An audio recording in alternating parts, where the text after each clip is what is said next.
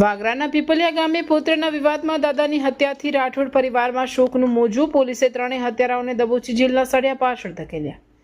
વાગરા તાલુકાના પીપલિયા ગામે પુત્રને ગાળો બોલવા બાબતે ઠપકો આપવો એક વૃદ્ધ દાદા માટે કાળ સાબિત થયો છે.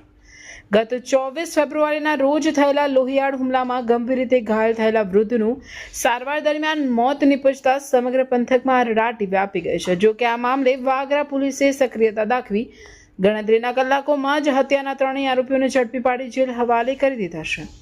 બનાવની વિગત અનુસાર ગત તારીખ 24/2/2026ના રોજ રાત્રિના આશરે 8 વાગ્યાના અરસામાં પીપલિયા ગામના જૂના ફળિયામાં આવેલી મહંમદભાઈની દુકાન પાસે આ હિંસક મારામારી સર્જાઈ હતી.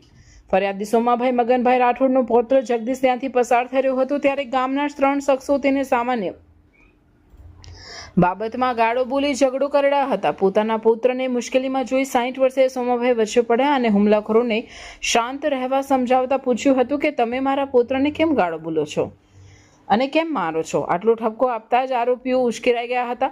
નગીન હીરા વસાવા, વિનોદ રમેશ વસાવા અને બિપિન રમેશ વસાવાએ લોખંડની પાઇપ અને લાકડાના સપાટા વડે વૃદ્ધ સોમાભાઈ પર જીવલેણ હુમલો કરી દીધો હતો. વૃદ્ધને માથા અને શરીરના ભાગે ગંભીર ઇજાઓ પહોંચાડી આરોપીઓ જાનથી મારી નાખવાની ધમકી આપી ફરાર થઈ ગયા હતા. જોકે શરૂઆતમાં ગામમાં સામાજિક સ્તરે સમાધાનના પ્રયાસો થયા હતા, પરંતુ બીજા દિવસે સોમાભાઈને અસહ્ય દુખાવો ઉપડતા તેમને તાત્કાલિક ભરૂચ સિવિલ હોસ્પિટલ લઈ જવાયા હતા. ત્યાં તેમની હાલત વધુ નાજુક જણાતા ડોક્ટરોએ તેમને વડોદરાની એસએસજી હોસ્પિટલમાં રિફર કર્યા હતા. જીવન અને મરણ વચ્ચેની જંગ લડ્યા બાદ આખરે સોમાભાઈએ દમ તોડી દીધો હતો.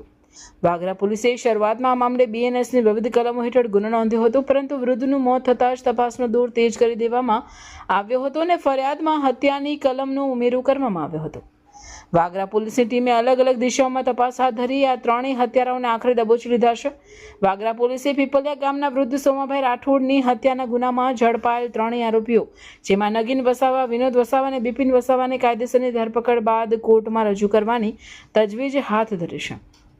પોલીસ આ શખ્સોના રિમાન્ડ મેળવીને હુમલામાં વપરાયેલા હથિયારો કબજે કરવા તેમજ ઘટના પાછળના અન્ય કોઈ છુપા કારણો છે કે કેમ તે દિશામાં ઊંડાણપૂર્વક તપાસ કરશે. રિમાન્ડ દરમિયાન પોલીસ આરોપીઓની કડક પૂછપરછ કરી પુરાવા એકત્રિત કરશે, જેથી આ ગંભીર ગુનામાં મજબૂત ચાર્જશીટ તૈયાર કરી શકાય. પુત્રને બચાવવા ગયેલા દાદાના મોતથી રાઠોડ પરિવારમાં શોકનું મોજું ફરી વળ્યું હતું.